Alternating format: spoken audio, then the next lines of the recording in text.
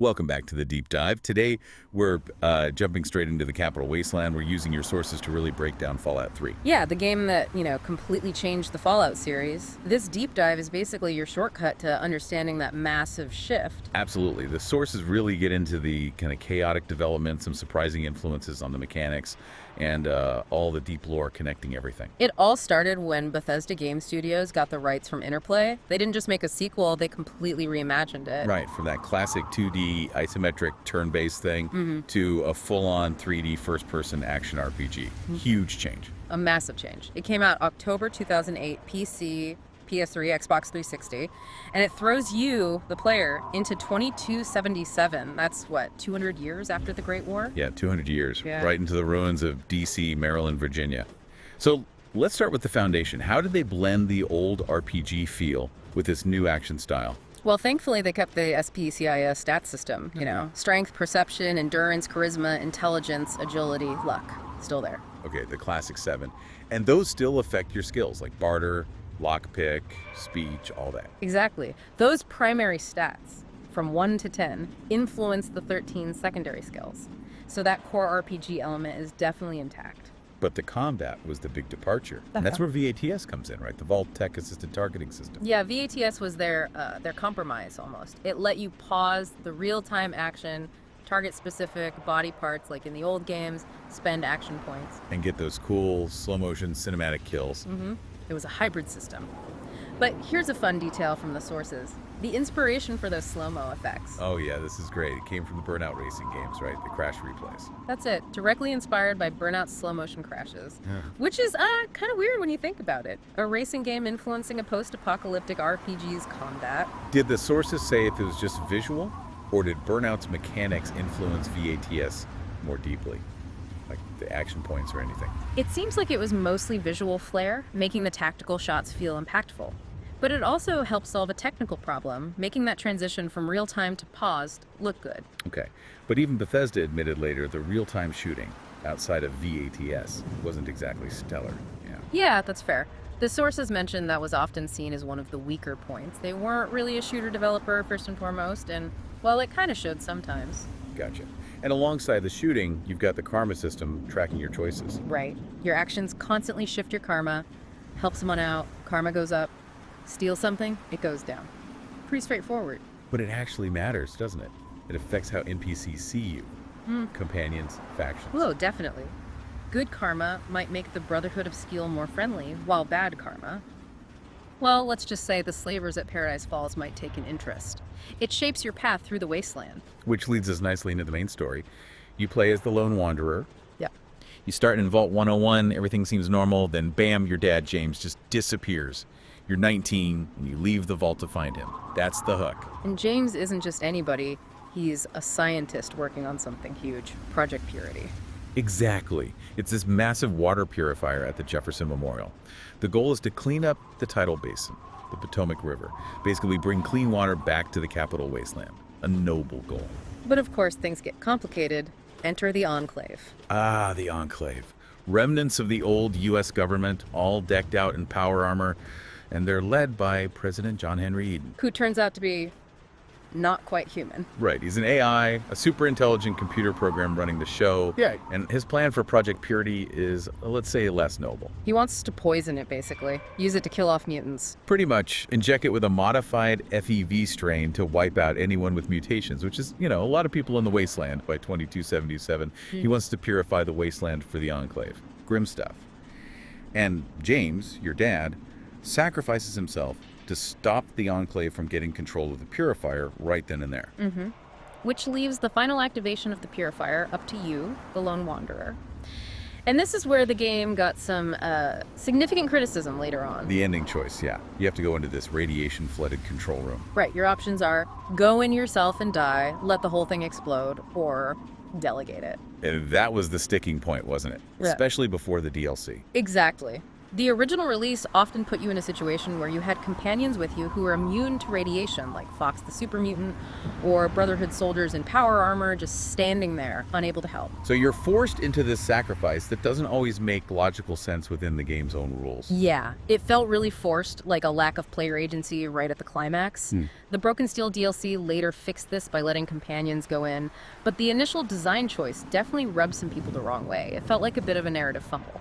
Okay, let's shift gears and talk about the development itself. Sounds like it was quite the journey.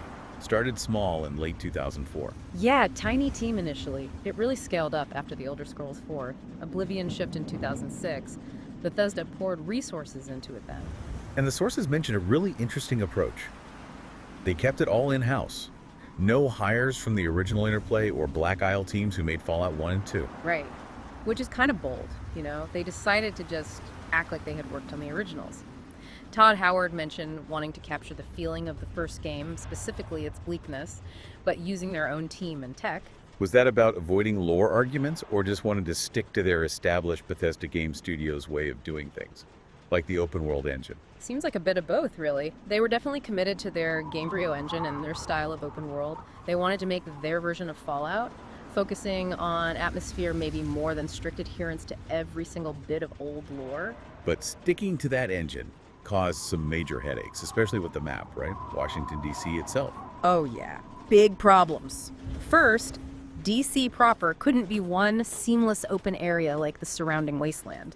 Engine limits. So they had to break it up, connect sounds with the metro tunnels. Exactly. And those metro tunnels became infamous. Playtesters apparently got lost constantly.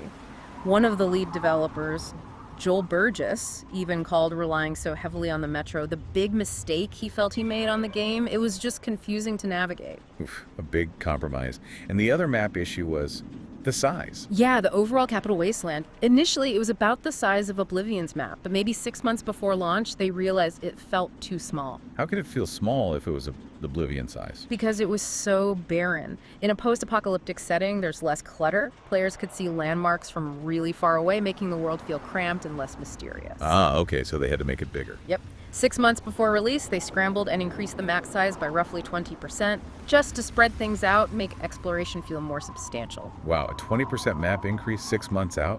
That sounds like crunch. Definitely suggests some intense final months. And speaking of last-minute fixes, the White House. Right. It wasn't even in the game until late. Correct. They realized pretty late in the development cycle that they hadn't actually modeled the White House, a pretty major DC landmark. What they did, just stick a sign up. Huh? No. They made a quick decision. The White House was hit directly by a nuke. So now, in the game, you just find this massive radioactive crater where it used to be. That's actually a pretty elegant solution born from a problem. Turns a missing asset into environmental storytelling. Exactly. It works surprisingly well. But yeah, definitely a sign of deadline pressure. Despite those pressures, the scale of the game was huge in other ways, like the dialogue. Immense. It set a Guinness World Record at the time, apparently. Over 40,000 lines of recorded dialogue. And they got some big names in, too. Liam Neeson as your dad, Malcolm McDowell as President Eden. Yep, big voice talent. And another cool detail, the Fat Man launcher. The mini nuke catapult. Yeah, iconic weapon. It's based on a real, albeit kind of crazy, piece of Cold War hardware. The M388 Davy Crockett. A tactical nuclear recoilless rifle from the 50s. Seriously, a real mini nuke launcher. Turnaround tactical nuke. But yeah, the inspiration is real. Adds another layer of that dark, retro, futuristic military vibe. And one last fun fact. The release date, October 28, 2008. They timed it to be close to the date the bombs fell in the game's lore, which is October 23rd. Nice little touch. A grim anniversary. Okay, let's dig into the deeper stuff now. The hidden lore, the connections, the things you only find if you really explore. Yeah, Fallout 3 is packed with environmental storytelling. Lots of unmarked quests and details hidden away in terminals or desolate corners of the map. You really miss a lot if you just stick to the main quest. And some of that hidden lore really recontextualizes the whole world, right? Like the new plague. Oh, absolutely. The new plague gets mentioned, especially in the Point Lookout DLC. It wasn't just some random pre-war sickness. It was a major epidemic going on since at least 2005 in the Fallout timeline. So things were already falling apart before the nukes. Way before. Yeah. And the sources suggest the US government actually used the plague. They leveraged the fear, told people to register, stay indoors. basically used it to increase control and stir up anti-communist paranoia. That's dark. Using a plague for political gain. It gets darker. That new plague was apparently the origin point for something called the Panimmunity Virion Project, which the military then weaponized. Wait, don't tell me. Yep. That eventually became the Forced Evolutionary Virus, FEV. The stuff that creates super mutants. Yeah. And the Master. It came from the government trying to weaponize a response to a domestic plague. That's the implication in the deep lore. So, the horrors of the wasteland, the super mutants, their origins trace back to pre-war government actions and societal breakdown, not just the Great War itself, adds a whole layer of cynicism. Wow, okay, that's Yeah. heavy stuff. What other connections are hidden away? Well, you've got returning characters acting as living history. Harold shows up. Harold the Talking Tree, from Fallout 1 and 2. The very same. Well, he's more tree than man by this point, rooted in Oasis.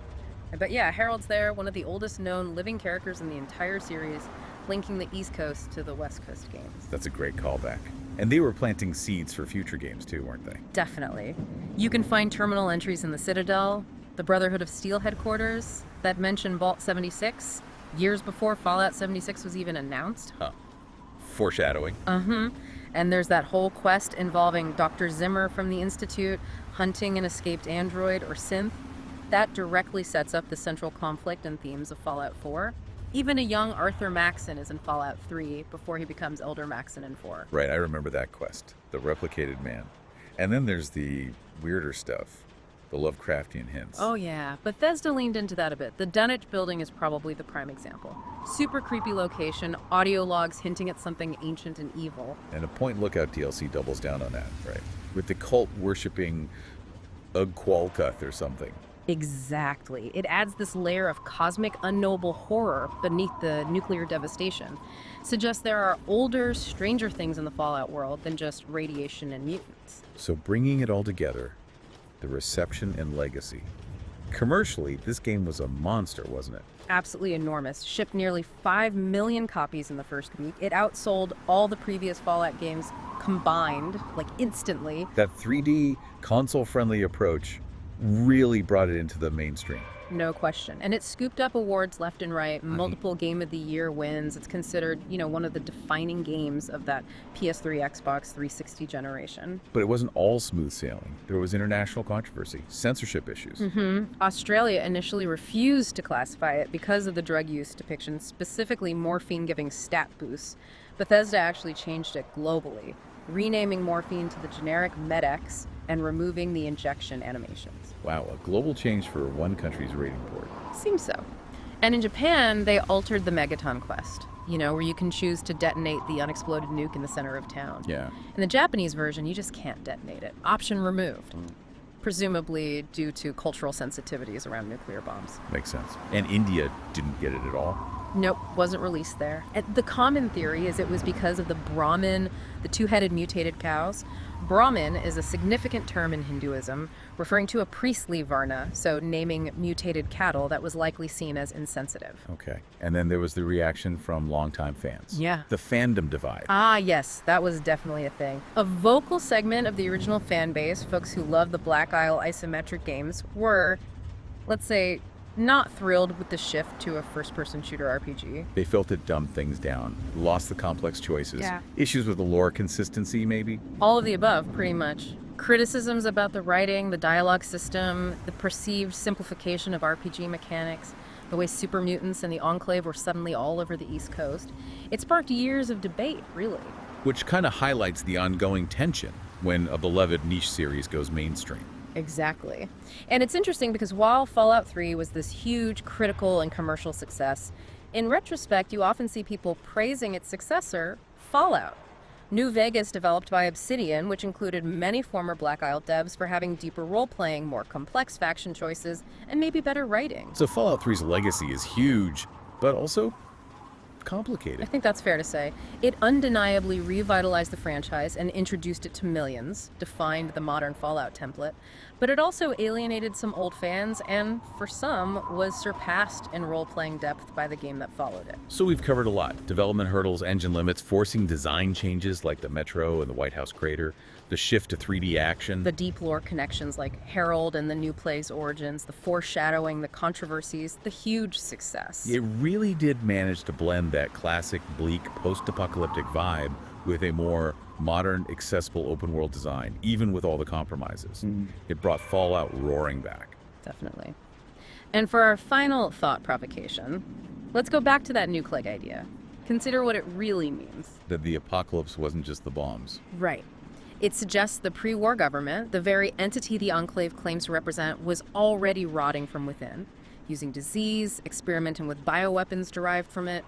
The seeds of destruction weren't just external threats like China, but internal paranoia, moral decay, and the abuse of power. So the Great War wasn't the start of the end, but maybe just the final explosive symptom of a world that was already tearing itself apart. Precisely. It implies the real fallout began long before October 23rd, 2077. Something to think about next time you're wandering the ruins of DC War. War never changes, but maybe the reasons it starts are older and uglier than we think. A chilling thought to end on. Thanks for joining us for the deep dive.